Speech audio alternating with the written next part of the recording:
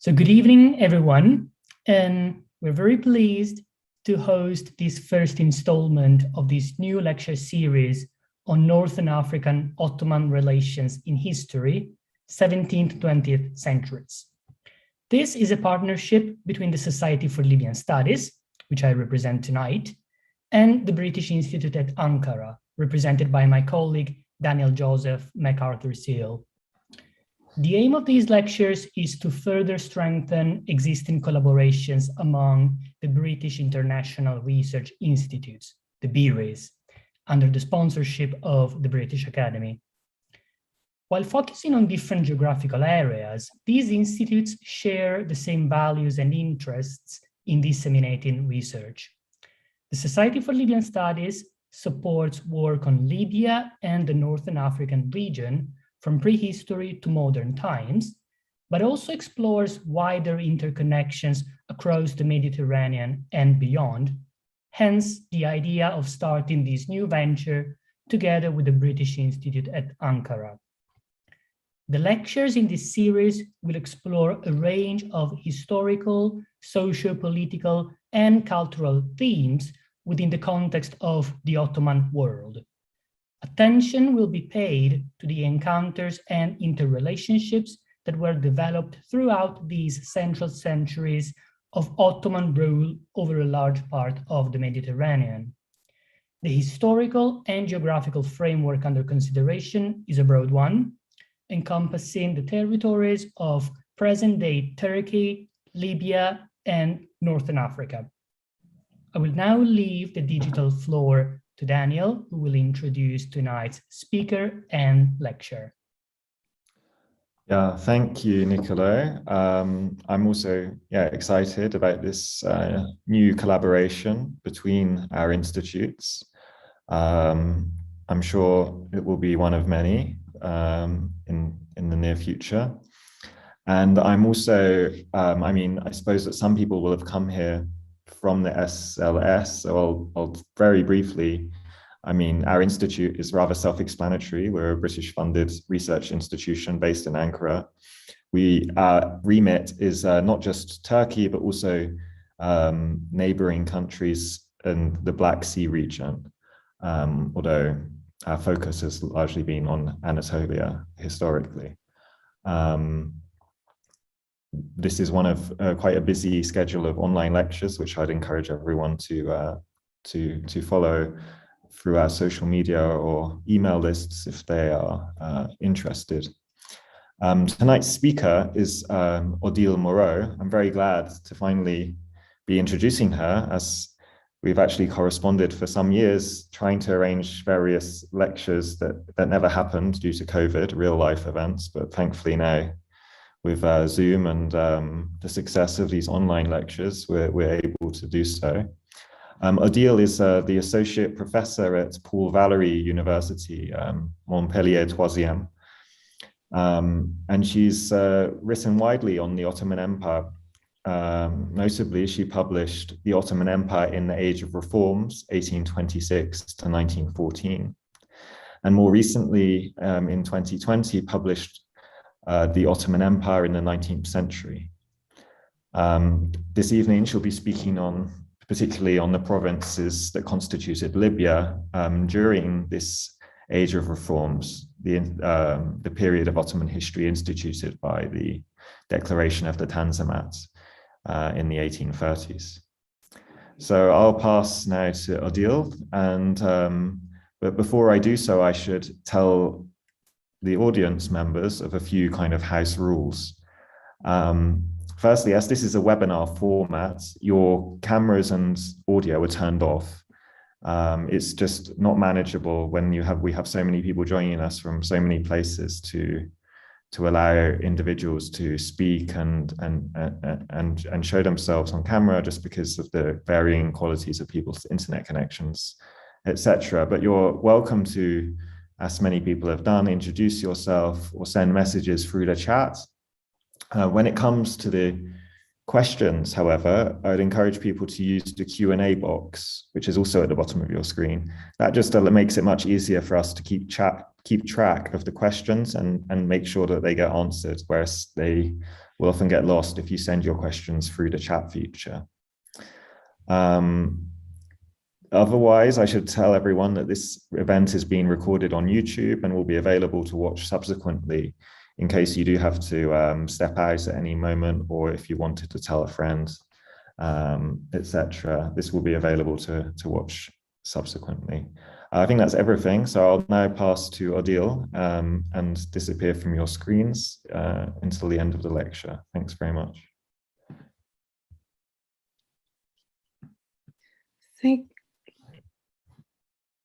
Thank you very much. Are you hearing me? It's okay? Yeah, that's great. Okay.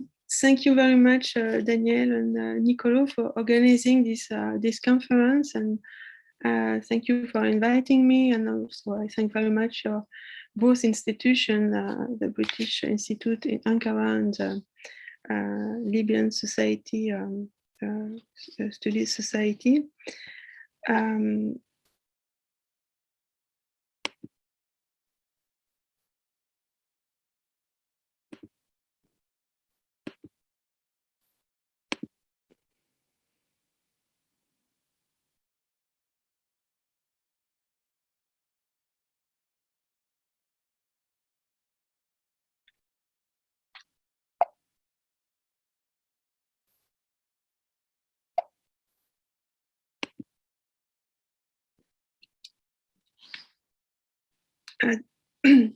This lecture intends to shed light on the interrelationships between the provinces that today constitute Libya and the Ottoman Empire, as they developed during the late Ottoman period in the age of reforms, after the promotion of the Tanzimat, and mainly after from 1835 to 1912.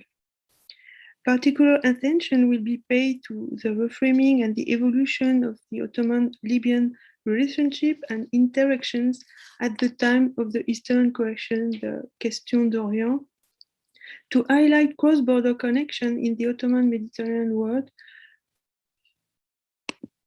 First, I will present the beginnings of the Eastern question and Ottoman reforms, and in a second point, I will address the question of the Ottoman-Libyan relationship at the time of the Hamidian regime, and in the last and third point to question these relations during the second constitutional monarchy after the Young Turk Revolution.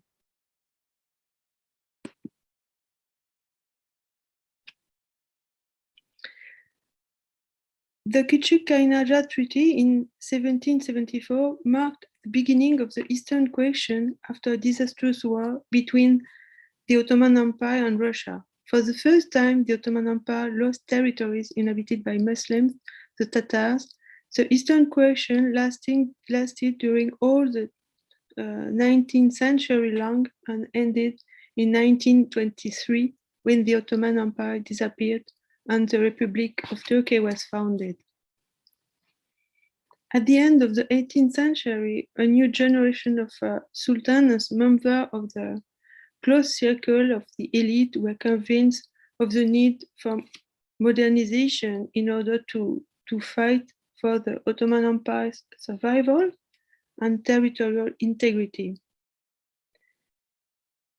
To address this, all these problems and military failures, Sultan Selim III organized the new order, the Nizami Jadid. Mainly, it was mainly a new order on European lines. However, in 1798, it was the beginning of the military reforms when Napoleon Bonaparte invaded Egypt with the French army. This invasion was a shock because France was considered as a traditional ally of the Ottoman Empire, and at that time there were many French military advisors serving in Istanbul. Apparently, this occupation was not intended to be temporary. However, the French surrendered in August 1801, but they destroyed all the structure of governance in Egypt. But in this confused situation, Muhammad Ali was an Albanian junior official in the Ottoman army, emerged as the strongest man in Egypt. Consequently, he was appointed as a governor in 1805, and he began reforms on the Nizami Jadid line with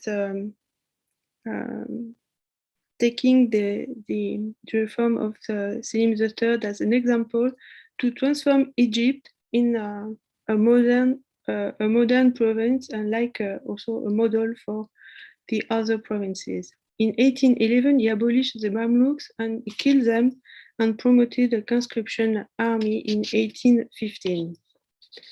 Doing so, Muhammad Ali became the strongest governor with his own conscription army. The Egyptian army, with Muhammad Ali's son Ibrahim in command, restored the order in Egypt, which returned to Ottoman sovereignty. Then began this Orient crisis, or crisis of Orient, in the 20s. First, when the Greek rebellion broke up, the Ottoman Sultan was not able to contain the rebels with the Janissaries. Again, he has to turn to Muhammad Ali to suppress the rebellion. The Greek crisis evolved into an international crisis involving Britain, France, and Russia, and then it turned into an international war between the Ottoman Empire and Russia. In 1830, Greece became independent. 1 year later, in 1831, Muhammad Ali broke with the Ottoman Empire and attacked Palestine, Lebanon, and Syria, and invaded Anatolia. In January 1833, the Egyptian troops were in Kütahya, very close to Istanbul. Sultan Mahmud II had to ask aid from Russia, and Russian troops arrived in Istanbul to protect the capital. The Sultan Mahmud II recognized Muhammad Ali as governor of Egypt, the Hijaz, and Crete. His son, Ibrahim, became governor of Acre, Damascus, Tripoli, and Aleppo, and for a decade, Ibrahim occupied Syria, which was recovered by Istanbul in 1841. The first Ottoman reform was the military reform to promote a modern standing army based on a European model. For the Ottoman Empire, as seen, it was a question of survival. Then, in the very center of the empire in Istanbul, in 1826, Sultan Mahmud II abolished the Janissary Corps.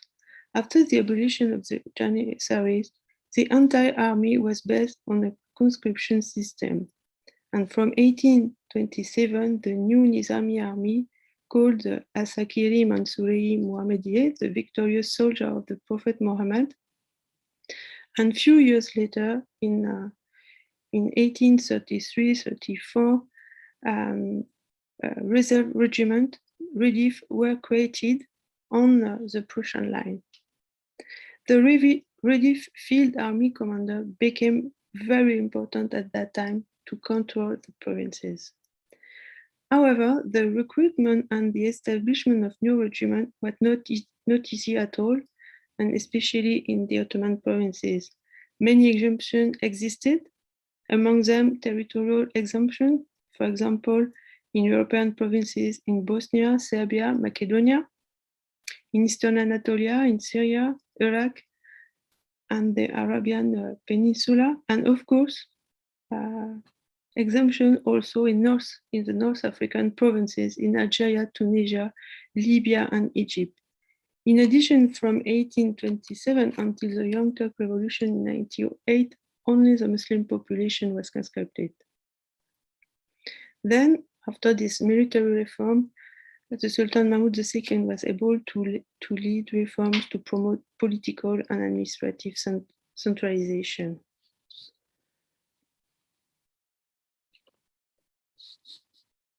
The Tanzimat came after this military reform, and the Tanzimat were continuous with the previous reform that began at the end of the 18th century at the time of Selim III, and then continued by Sultan Mahmud II, but the Tanzimat were more comprehensive.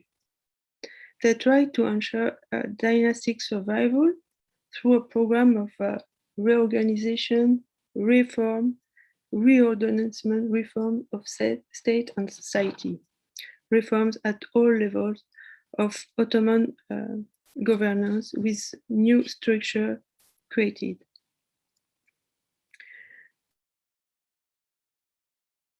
The modernization of the state was very important. Modernization of the bureaucracy, military affairs, and also religious affairs, justice, education. And it was also a time, it was the time of the council at various levels. The Tanzimat reforms were actually composed of a variety of periods, but globally, the first one started with the Tanzimat Imperial Edict of 1839, the Gülhane Edict, giving constitutional rights to Ottoman subjects, guarantee for security of life and of property, and placing also all the religious group on an equal footing. This decree aimed at promoting the centralization of the empire, centralization or re-centralization, and to promote a modern state and re-Ottomanization. The second period started in the aftermath of the Crimean War in 1856 with the proclamation of the Ati Umayun, and lasted under the rise of Sultan Abdulhamid II in 1876 and the proclamation of the Ottoman Constitution.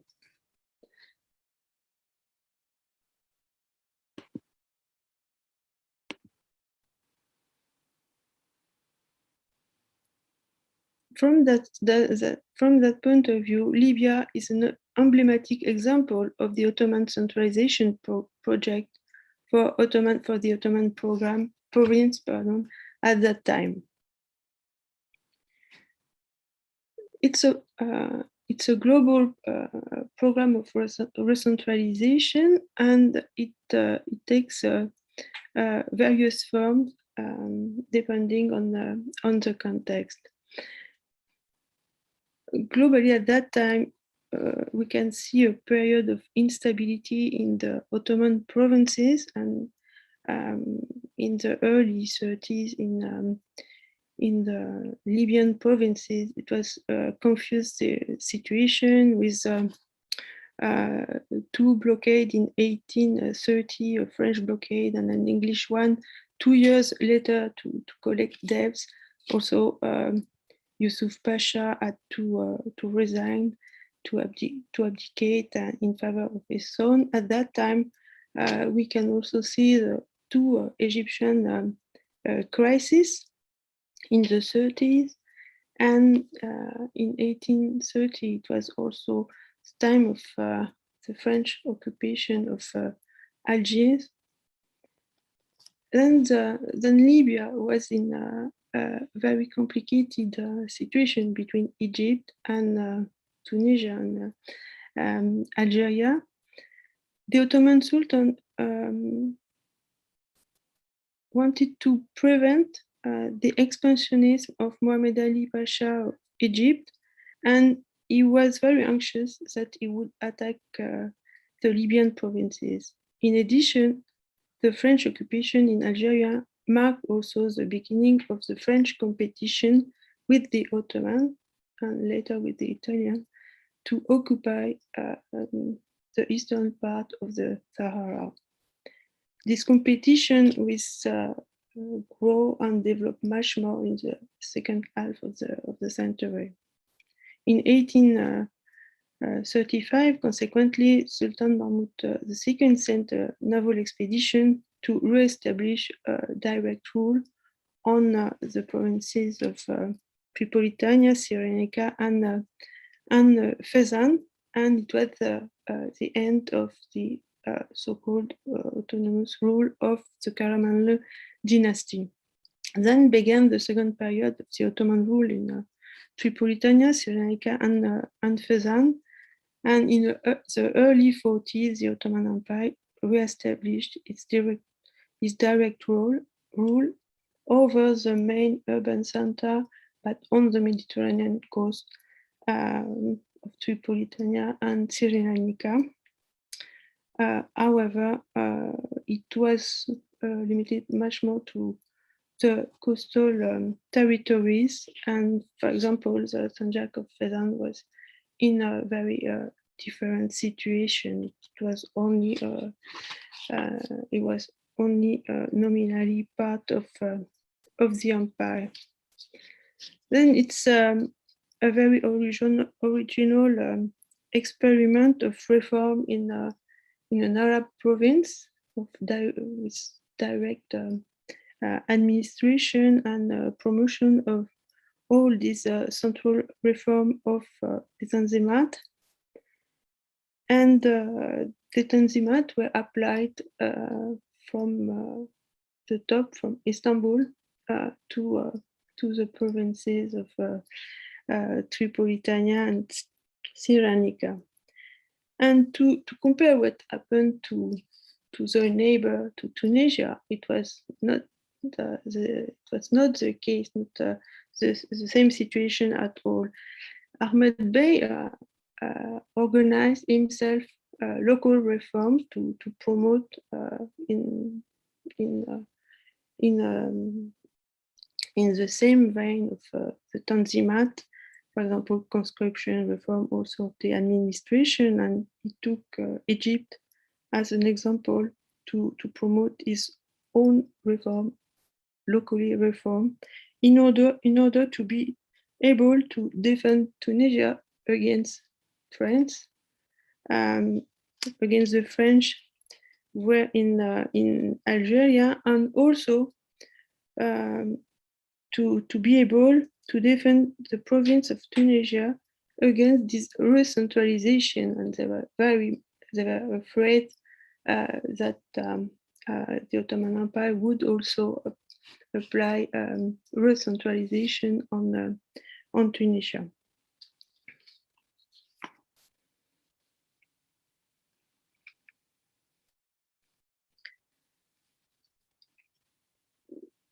The administrative organization of the provinces evolved until 1864. It was an eyalet, and after the vilayet laws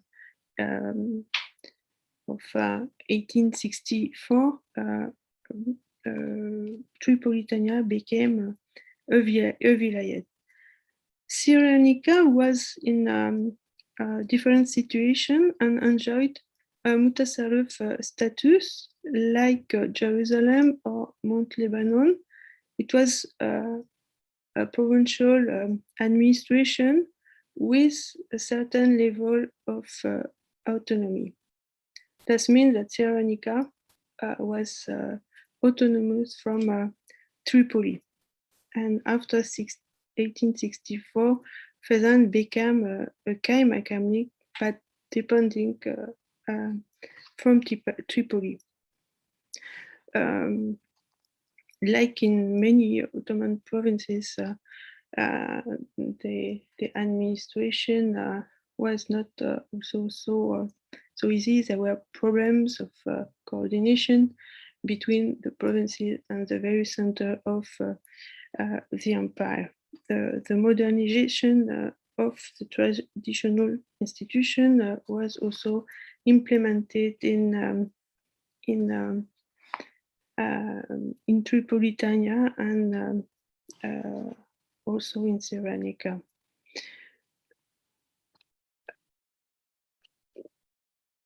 After the promulgation of the first Ottoman constitution in 1876, the first Ottoman parliament was open and organized election and two Libyan representatives were sent to Istanbul. It's also important to underline this. There was a representation, even if there were only two.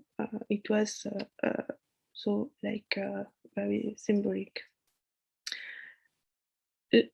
Now we are moving to our second point to examine the interrelationship between Libya and the Ottoman Empire during the Hamidian regime, and especially the dynamic of Ittihad Islam. I will just take few points because we have not so much time, and take few examples of this interaction. For example, I will give some information about the role that played Ashirati Mektebi Umayun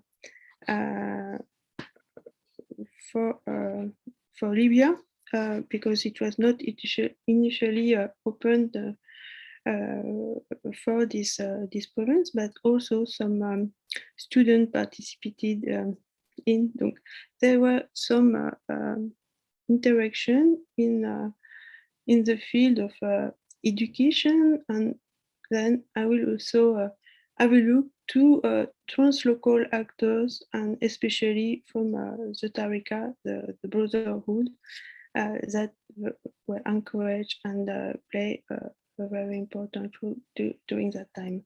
And at the end, I will underline and address the local military reform adopted in 1902 in Tripoli. During the reign of Abdulhamid II, many schools were opened, and he was also very involved in education in the provinces and also in the Arab provinces. For example, in 1893, 21 new Askeri Rujdiye elementary military school opened in the Ottoman provinces, and among them, one opened in Tripoli. As for Ashirati Mektebi Umayun, the school was founded in 1892 in Istanbul in order to promote integration of the sons of Arab notables through integration and in order to serve the Ottoman Empire in their native region. They studied for 5 years in Istanbul in this very special school, and learning Turkish language was compulsory. It's also very important for integration and for communication in the administrative field. This school closed in 1907. We can present two examples of young Libyan who joined this school. The first example is Saadullah Kololu. He was the son of Kololu of Cyrenaica, of Derna, and he was very young when he joined the school. He was only 10 years old, and he was the youngest student of the school. He was probably chosen because he already knew Turkish language, and it was not so common at that time in Cyrenaica and also in Tripoli. After finishing study in Ashirati Mektebi Umayun, he studied in Mulkiye, and he became a Kaymakam and a Vali, but in the Ottoman Empire, and after in Turkey, in Turkish provinces. When he was a Kaymakam, he was nicknamed Arab Kaymakam because he was seen as coming from coming from an Arab province. And it's interesting also to say that if in the short time he didn't return to the province to serve Libya, he would return very late. It was when he was retired. He was called to become the first prime minister in Libya in 1949. And at that time, they called him Turk Vezir Vezira, the Turkish prime minister. He was considered as coming from Turkey to serve in Tripoli. The second example is Omer Mansour. On the picture, it's a picture taken during the Tripolitan War, and their Sufi Sheikh invited in his tent, and I suppose he is in the middle. He was the son of an Ashiret Reisi, and he was also invited to study in Ashiret Mektebi. And he, like Sadullah Kololu, after finishing his study in Ashiret Mektebi, he studied in Mulkiye, and he had a very good knowledge of Turkish language and also of Turkish administration and of all of this new regulation of the Nizam. He was sent to Kufra with the Sanusiya to resist to France and to Britain. And after the Young Turk Revolution, he became a deputy of Benghazi.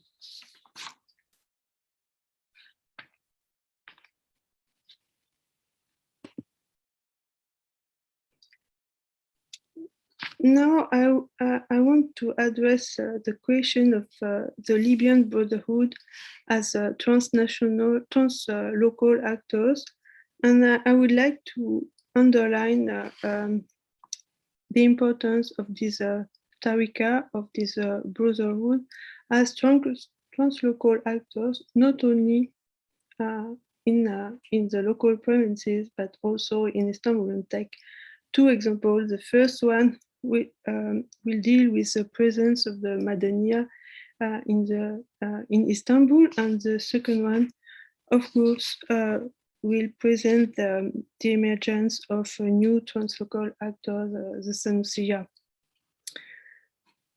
On the picture, you can see the Sheikh Mohammed Zafir al-Madani. He was a Libyan Sufi Sheikh born in Misrata in 1829, and he settled in Tripoli after studying in North Africa and also in Medina.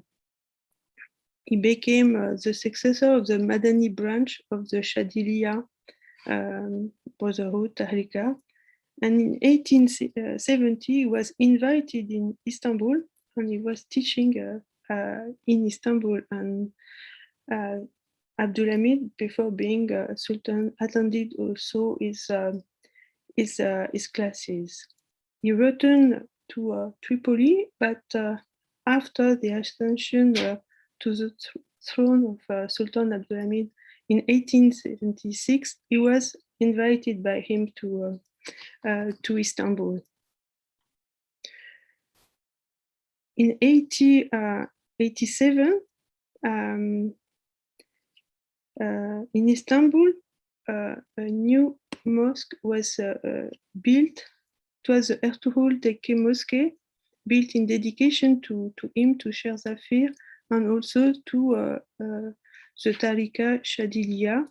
And he remained in Istanbul then all his lifelong until his death in 1903.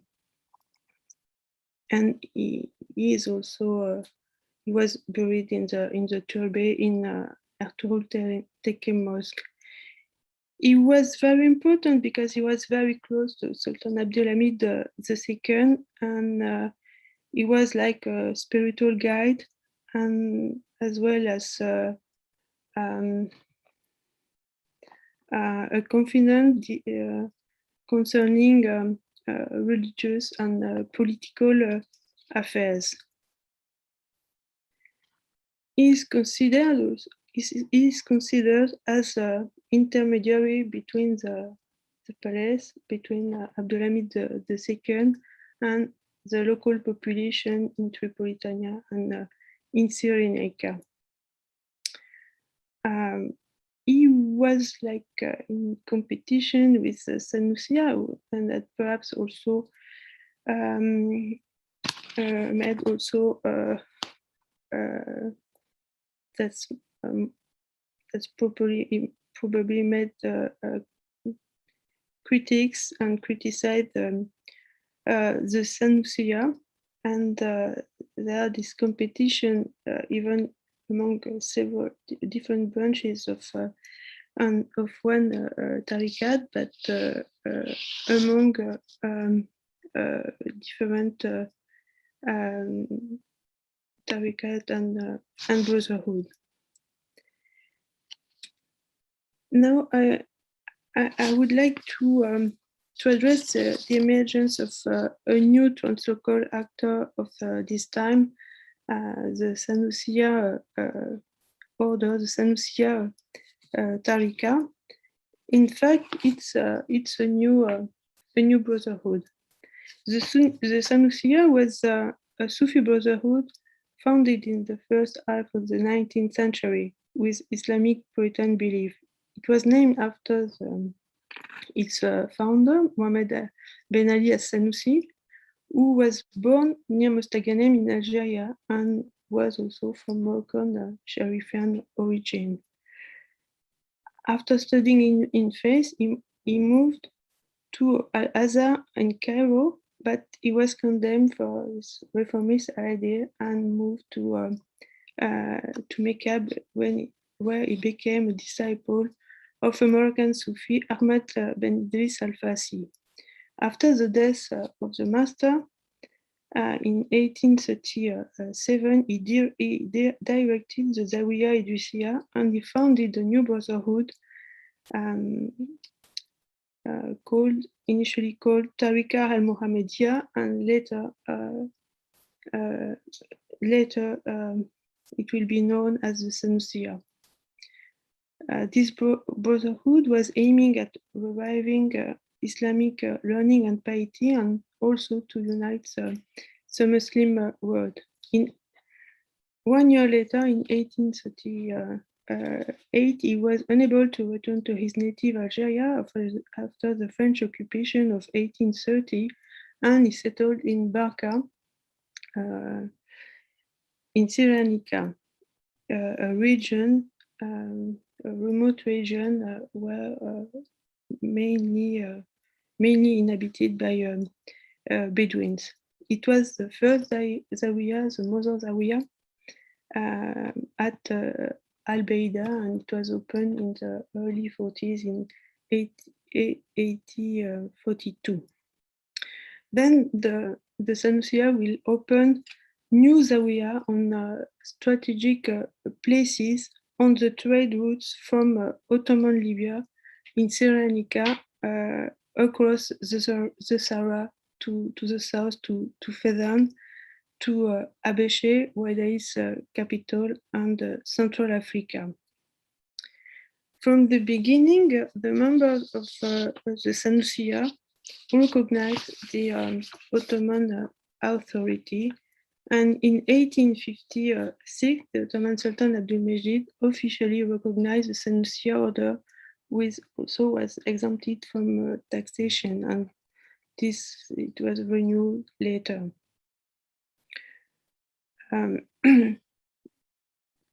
Because of the competition between the Sanusiya and the French in Algeria, the French promoted a very bad image of the Sanusiya and created this black legend noire of the Sanusiya.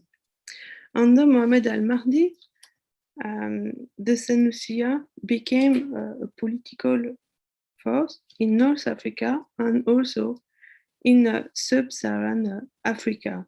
Then this new actor changed also the regional situation and became a key actor of the region, and was so very central and very important for the Ottomans.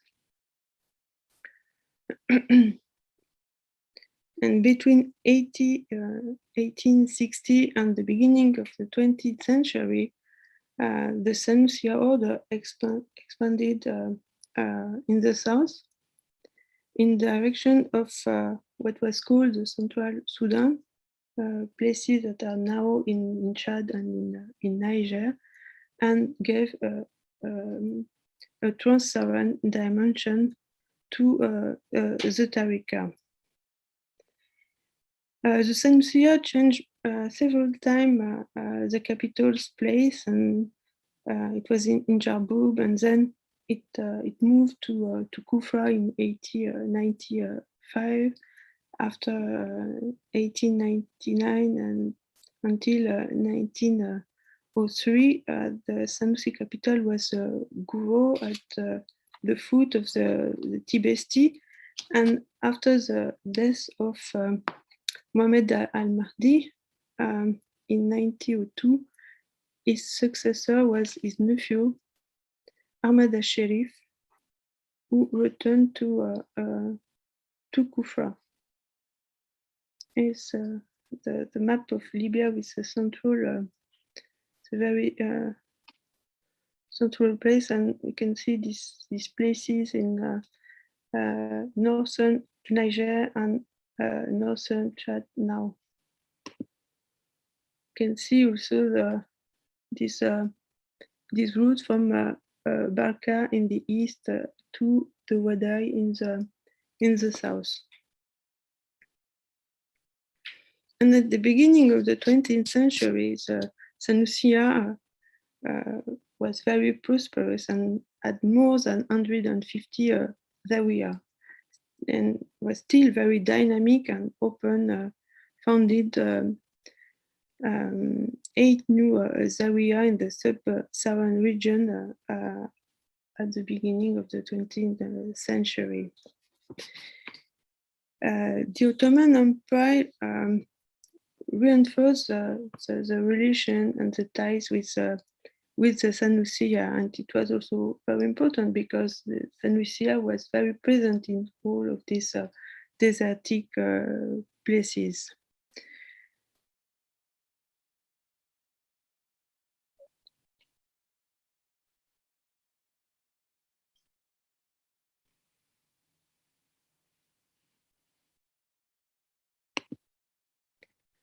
You can see a picture of the Berlin Congress in 1885, and to share the African territories, and we can notice the representative of the Ottoman Empire that seemed very preoccupied.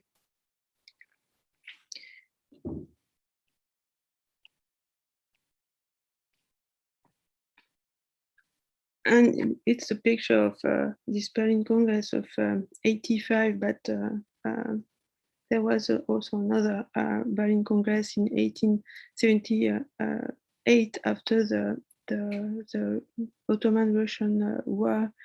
And after this, between these two Berlin Congresses, 2 other North African provinces, North African provinces occupied in 1881. It was Tunisia by the French, and promoting a protectorate, and in 82 Great Britain invaded Egypt. After the French occupation of Tunisia, began also problems at the border between Tunisia and Tripolitania, with cross-border attacks from the French to inside Tripolitania and vice versa. And an Ottoman military force was sent to Tripoli at that time, and also Mohammed al-Mahdi al-Sanusi asked the Ottoman government for support for military aid, and these problems will continue until 1910. And 1910, the delimitation of the border will be solved, but it was also a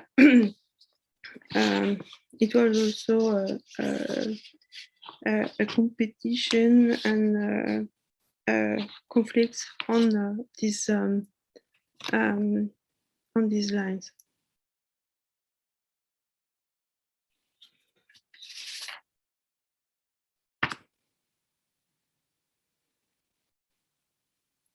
And after the Second Congress of Berlin concerning Africa, the situation became also more tense, and the Ottoman government began to send arms and ammunition to al-Sanusi, to Mohammed al-Mahdi al-Sanusi, and a depot was built in the Zawiya in Derna, in Cyrenaica, for storing all these weapons, and then they were transferred further south to Jarboub.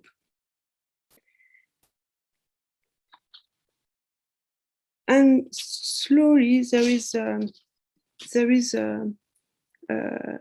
shift. The Senussia and the Ottoman government will reinforce their ties and promote political cooperation, and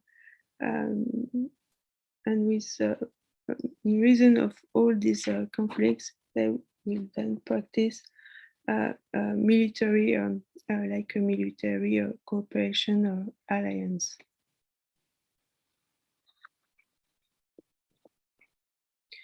In 1892, a Kaima Kamluk was established in Jarboub, and it's also at that time in 95 that Mohammed al-Mahdi al-Sanusi moved to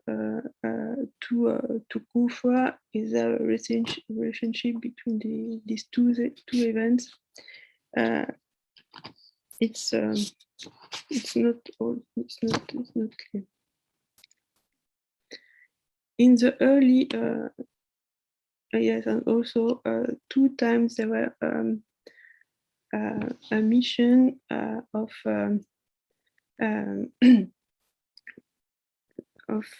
Sadek Pasha al-Muayyad al-Zadeh, the first one in 85 after the Congress of Berlin, and the second one in 95, mission in the Sahara. You can see the picture when he returned.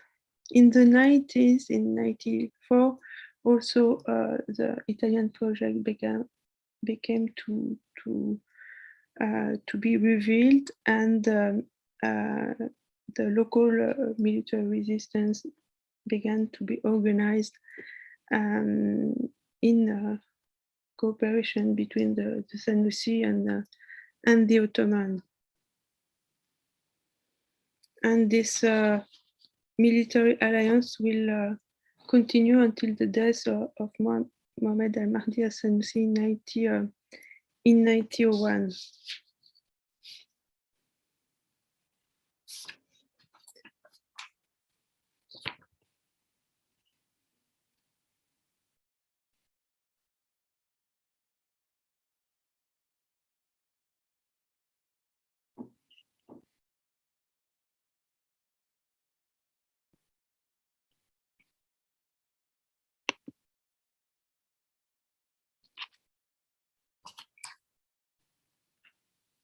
After the death of Mohamed Al-Mahdi al-Senussi, his nephew Ahmed al-Sharif al-Senussi will be the head of the Senussia. And these years, 91, 92, are also a turning point. It will be the beginning of the Senussi resistance against the French in Central Africa, or is also called the Franco-Senussi Wars, and it began in 91 until 1912.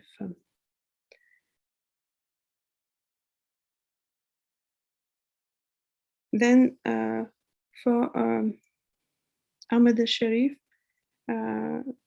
when he succeeded to Mohamed al-Mahdi, he had to face these new challenges.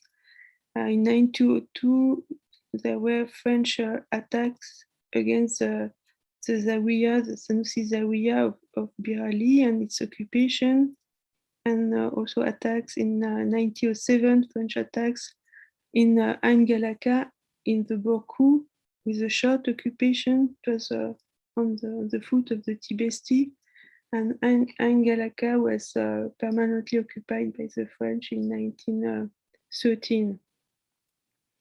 In 1909, the French also occupied Abéché in Ouaddaï in Chad. In 1911, the Senussia returned to the north to the Mother Zawiya in Cyrenaica, and at that time it was also the beginning of a new war with the occupation of the Italian, a war that will also be very long. 1913, it's the end of 12 years of French Senussi War, and then all this sub-Saharan network of the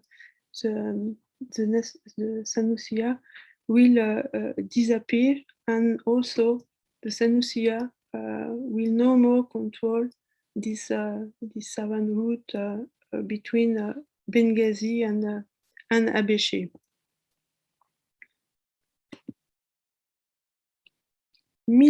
Local military reforms were promoted in Tripoli in 1902 in response to these military challenges. It was the end of the military exemption of the Tripolitania. From 1897, every year, military exercises became compulsory. It was a small beginning, and it was like a transition. It was this exercise like for the reserve regiment, the Redif. But at the beginning of 1901, the Vali, Mehmet Hafez Pasha, pushed for more radical reforms. He then an imperial edict of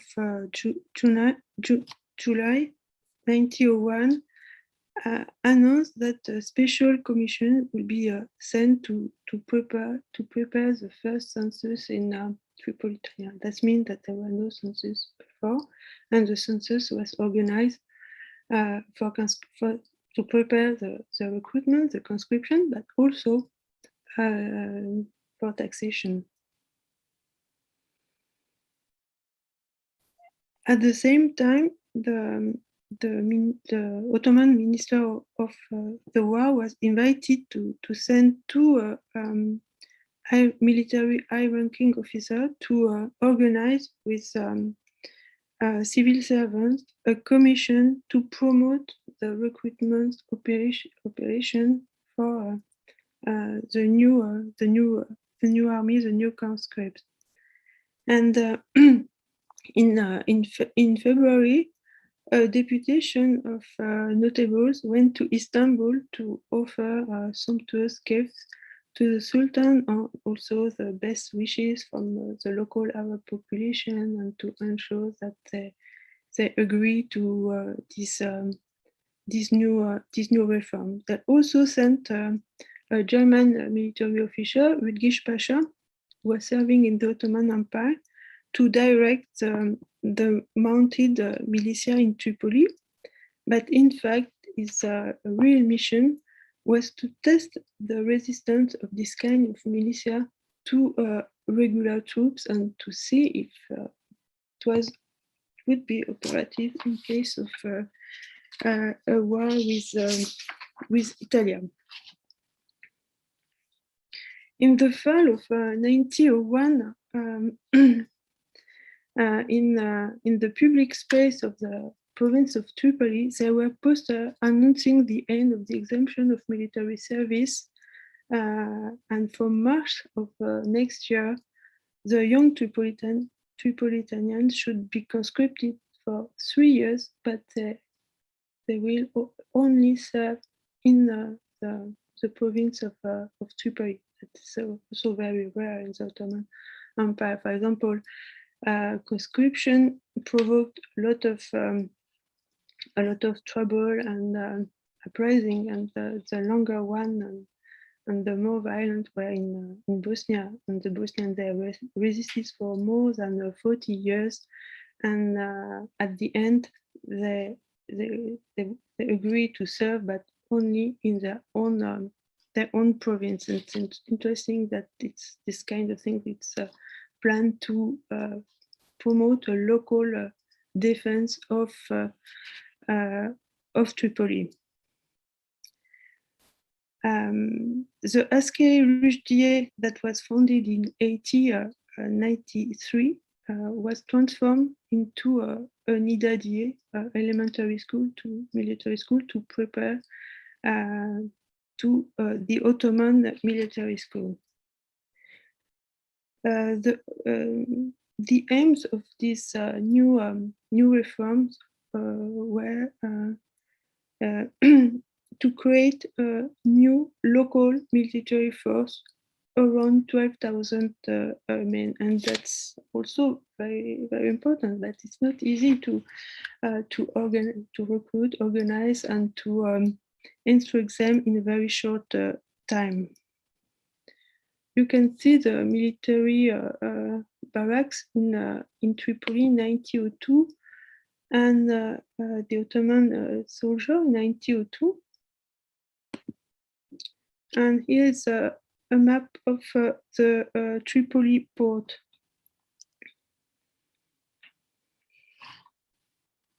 And to encourage the Tripolitanian population to participate in the defense of their region, Sultan Abdulhamid announced that he will pay from his own money.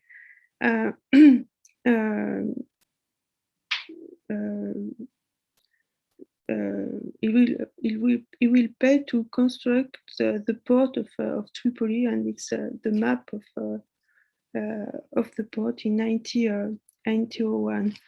Also in Benghazi, the port had a breakwater that was not finished, and Sultan Abdulhamid said that he will pay also for this. Then there are a lot of help coming from Istanbul to mark the interest in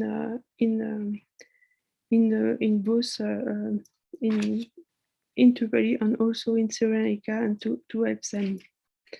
Then also they plan to build a 10-block house between Tripoli and Benghazi to protect the coast. However, there were a lot of protests against the military recruitment, like in every place, but perhaps more protests in Cyrenaica than in Tripoli. In addition, in 1902, a corps of 30 Maoris was organized in Tripolitania.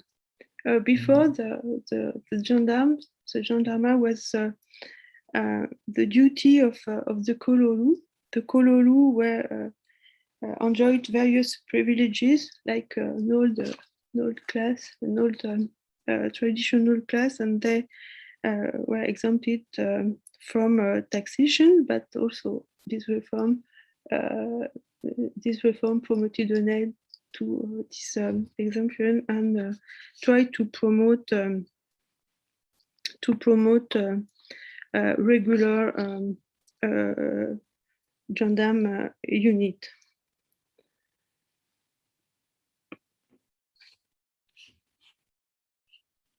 Now we'll move to the third and last point concerning the second constitutional period, İkinci Meşrutiyet, after the Young Turk Revolution of 1908. And I will address 2 points: the Libyan participation to the Second Ottoman Parliament and what happened after 1912, how the Libyan Ottoman interaction evolved.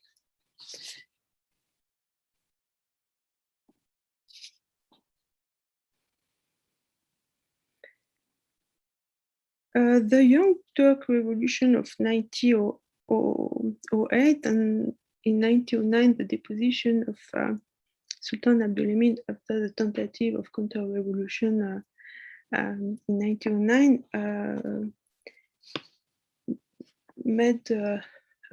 provoked several tension in Libya. For example, Ahmed al-Sharif as-Sanusi was a supporter of Ittihad, the politics of Ittihad Islam of Sultan Abdulhamid II,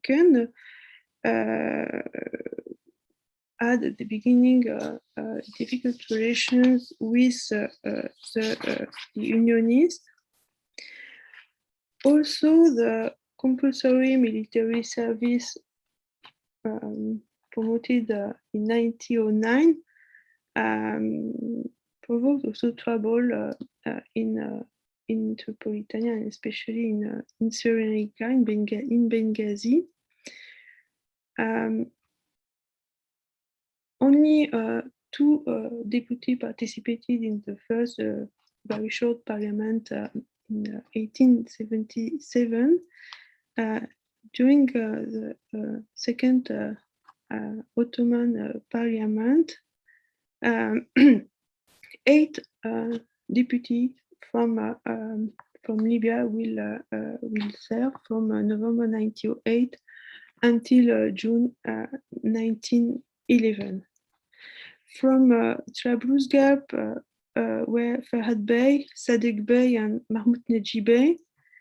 1 from Homs, Mustafa Ben Kadara, Suleiman al-Barouni from Jebel Garbi, representing Fezzan, Jami Bey, and 2 deputies representing Benghazi, Omer Mansour Pasha, who attended Shirati Mektebi, and Yusuf Shedwal.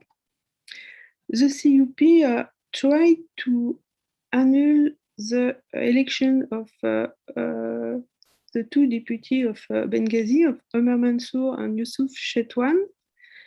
Yusuf Shetwan was accused to be a spy, to be a journalist of Abdulhamid II, and also of having intimidated electors and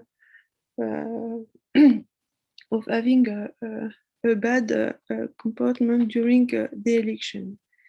His deputyship was cancelled and a new election was organized, but he was again elected and he kept his position. He remained deputy. Yusuf Shetwan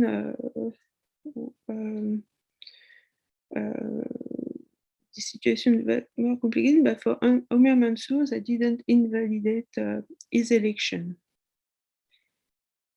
Yusuf Shetwan was the oldest Libyan deputy, and he was from family of ulema. His father was ulema.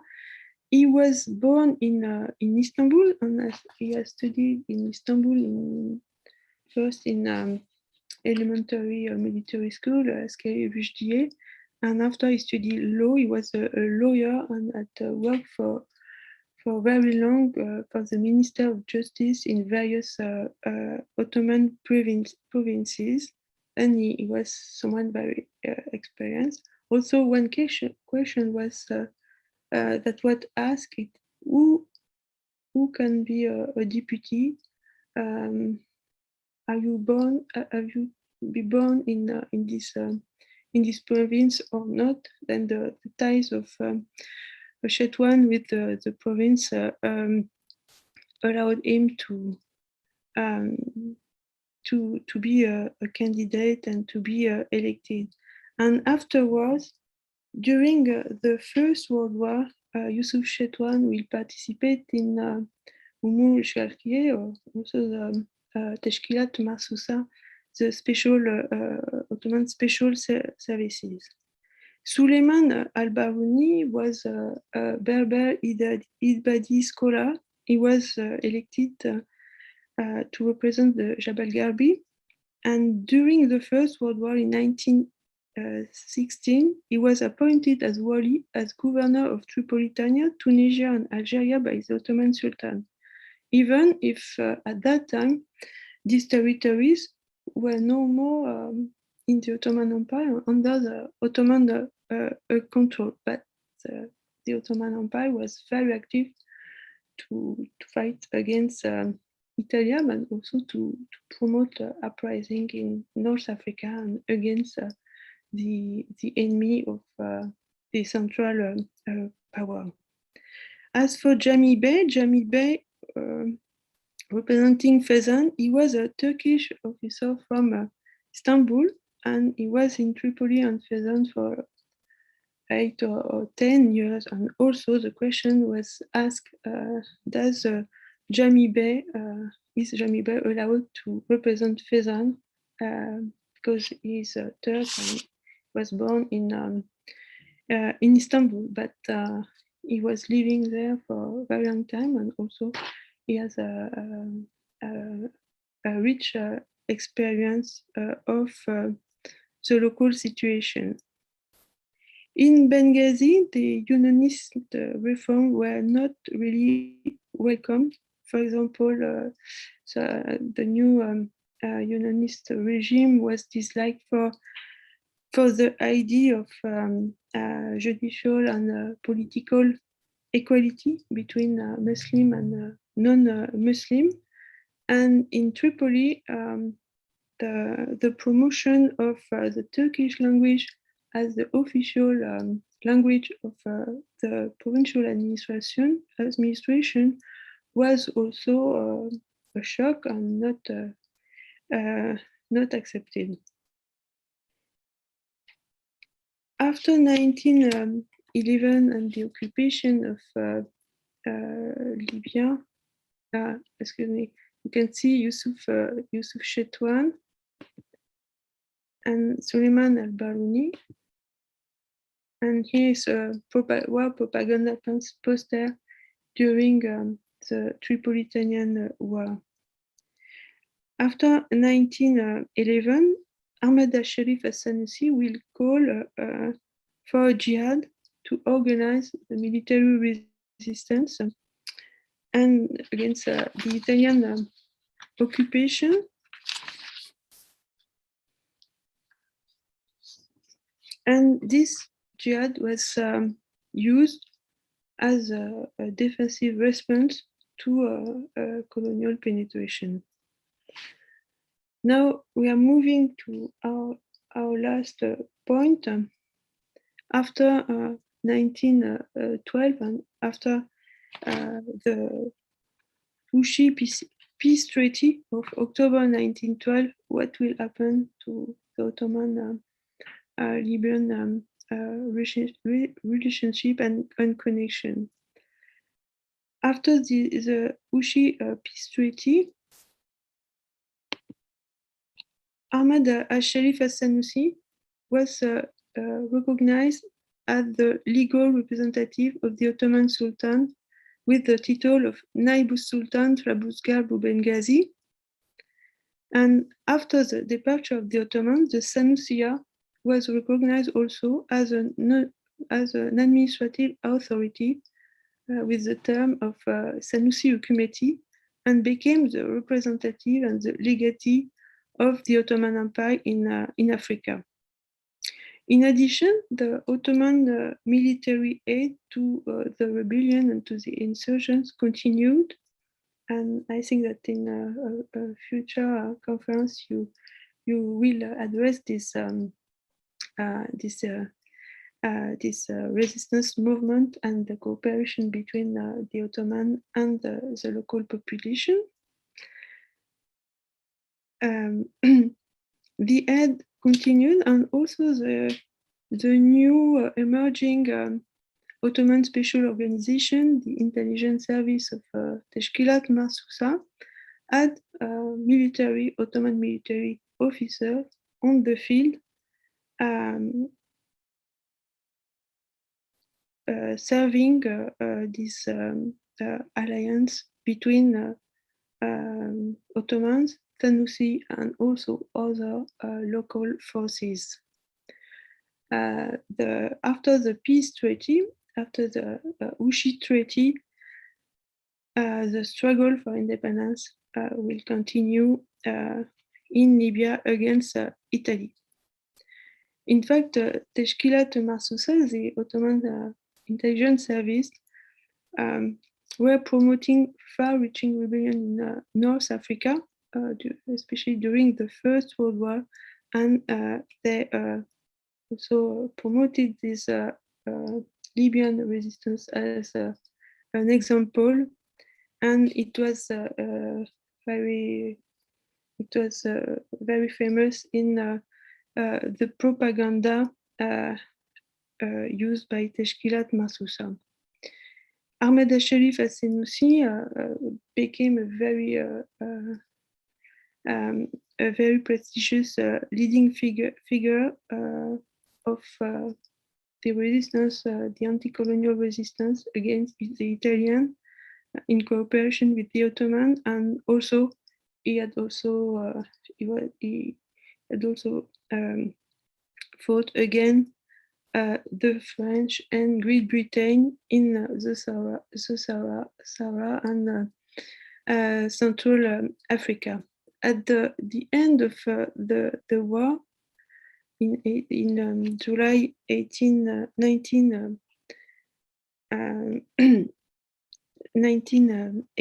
Ahmed al-Sharif al-Senussi was taken by submarine with Yusuf Chetwan to take them to the Ottoman Empire, and Ahmed al-Sharif al-Senussi was chosen to officiate at the ceremonial girding of the sword of the new Sultan Mehmed Vahdettin in the Eyüp Mosque in Istanbul. And also, as you can see on the picture, Ahmed al-Sharif, who is on the left, will support Mustafa Kemal and the war for independence in Eastern Anatolia, Syria, and Iraq. And on this propaganda postcard, Mustafa Kemal is in the middle of two heroes. The first is Ahmed al-Sharif al-Senussi, and on the right, it's Saladin al-Ayyubi. Also can give us a sense of the popularity of Ahmed al-Sharif al-Senussi at that time.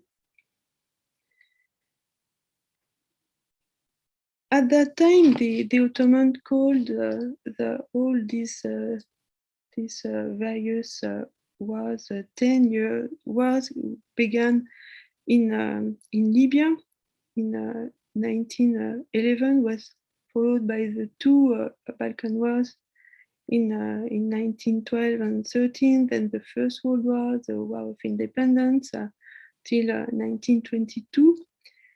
However, in North Africa, the First World War did not ended in 1918.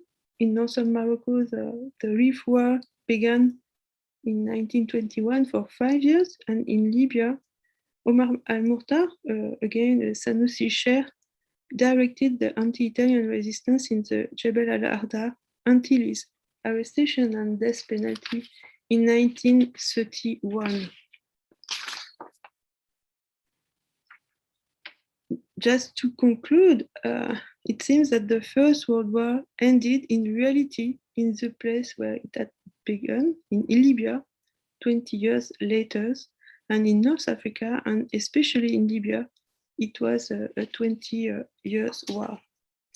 Thank you very much, and I apologize because I was perhaps a little bit long.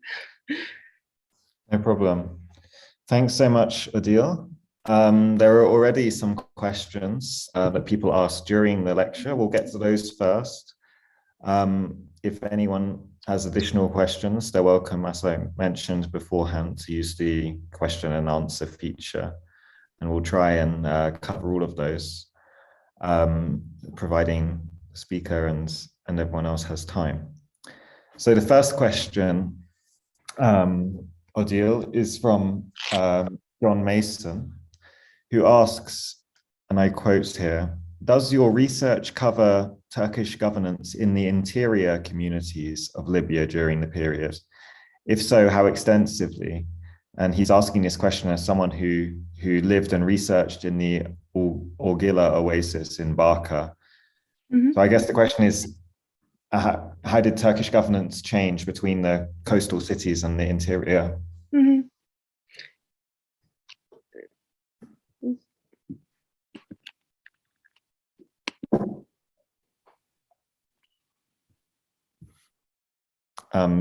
You can answer that one first, and then I'll come to the next one. Yeah. I didn't make extensive research on that topic, and I suppose that perhaps he is more specialized in these areas, and I think it's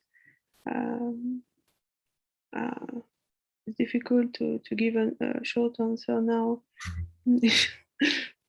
See, but I guess that one would assume that the Turkish authority is strongest in the capital cities of each province, and then less so. But it seems that they used alliances with these tribal leaders to maintain some kind of authority over the non-urban areas of Libya, if I understood your lecture. Yes, but there are connection between also the Brotherhood and the governor, and at the time that it was like an official military alliance, it was clear. But when it's not, it's non-official. It's not also the same. They are not especially the same networks. There are several networks with the Brotherhood connection and the Tariqa, and it depends on the governor and the wali or the kaimakam, and also the personality, and there is no general rule to give a general answer. That's what I can say. Mm-hmm. Okay. We had another question, a very just a technical question that Jamil Sharif asked, where this image from the Berlin Congress came from. I think that in the chat, someone actually directed him to a book that has some of these images from the Berlin Congress, and there must be some work done on Ottoman participation in the Berlin Congress. Mm-hmm. Yes, and the picture is available on the net. If I can check and send an information, perhaps. Yeah, so perhaps Jamil, yes, contact you directly. Can we register the question, or to answer after also? Yeah, I mean, the best thing maybe if Jamil writes to you and asks, and you can then provide the details. Yeah, that's fine. Mm-hmm. Yeah. Okay. We also have a question from Jamil Jamal Atabash, who asks, what were the main obstacles for the Ottoman administration in Tripoli to establish direct rule and to maintain reforms? What, excuse me, what does it mean? He asks the main obstacles. The main obstacle. Yeah, to the Ottoman administration in Tripoli. But in fact, even if there were some difficulties, like in all the provinces, it worked very, very well, because they promoted all this new organization after the 40s, and it's also difficult from Tripoli, because it's there are all this problem of communication of that time, and it's not easy also to. You have to use your own networks to networking from depends of the personality and the rank of the governors and their acquaintance in the capital, and it's much more complicated for far provinces that are far from the very center of the empire, and that's true. But it was functioning. That's the point, and it's very important to say that. And I think that it's also it was an ambitious reform, but it explained why the Italian occupation comes so late in the early 20th century. If you see, for example, the situation of Tunisia,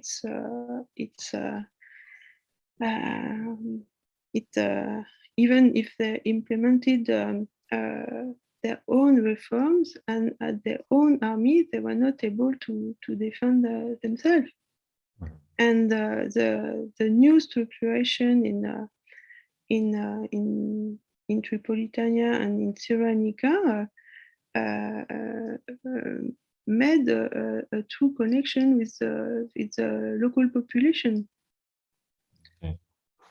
Thanks for that detailed answer.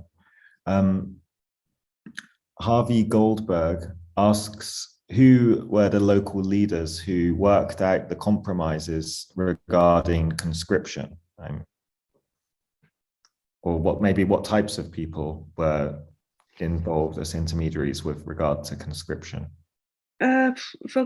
Because I think that the main actors, they are the tribal leaders, and even but Ben will I think Benjamin Fortner will speak about this issue in the next conference.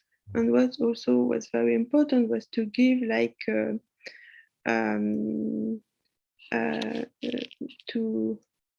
to give to somewhat extent and degree the command to local to local officials or to local commanders, and that worked very, very good. They didn't want, for example, to have commanders coming only from the Nizami army and from other provinces, and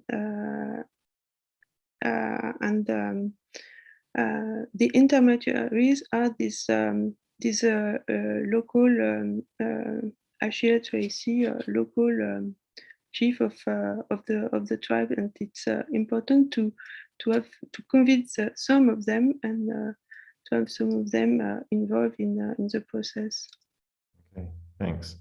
There are actually many questions relating to the Libya war and the Teshkilati Masusa and so on, and we won't answer those now, but I would encourage people who have questions on this topic to attend next month when Ben Fortner will give a lecture specifically on the role of the Turkish officers during the Italian invasion of Libya. So I won't address any of those questions. If anyone has further questions about the Libyan province and the Ottoman centralization and reform process in the run-up to the Italian invasion, please add those. Or otherwise, I don't know if Nicolo has anything that he would like to ask or add. If there are no further questions, we can stop after. Yeah, I mean, I think, thank you very much, Odile, for this lecture. It was really, really interesting, although obviously it covers topics that I'm not really that familiar with, being a completely different time frame. But yeah, I just found really fascinating these interconnections between Libya and the Ottoman world in this period, which also makes me think of, well, how much these connections actually worked in the ancient period as well. A lot of interconnectivity even during the Roman and later periods between what was the region of Tripolitania at that time, and especially from a point of view of urbanism and architecture, how much movement of artisans and also carving techniques can be traced in between the Asia Minor, Turkish area and the region of Libya. So I just a remark really to say how fascinating this is. So, well, thank you very much for pointing this out. I thank you very much for the invitation, and I thank you also all the attendees for the question. And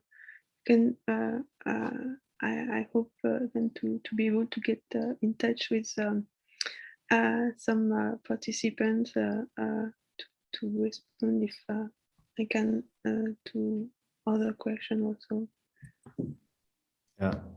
Yeah, if you need to be put in touch with Odile individually, you can find my contact through the British Institute Ankara's website, and I suppose Odile's email is available on the Montpellier University website.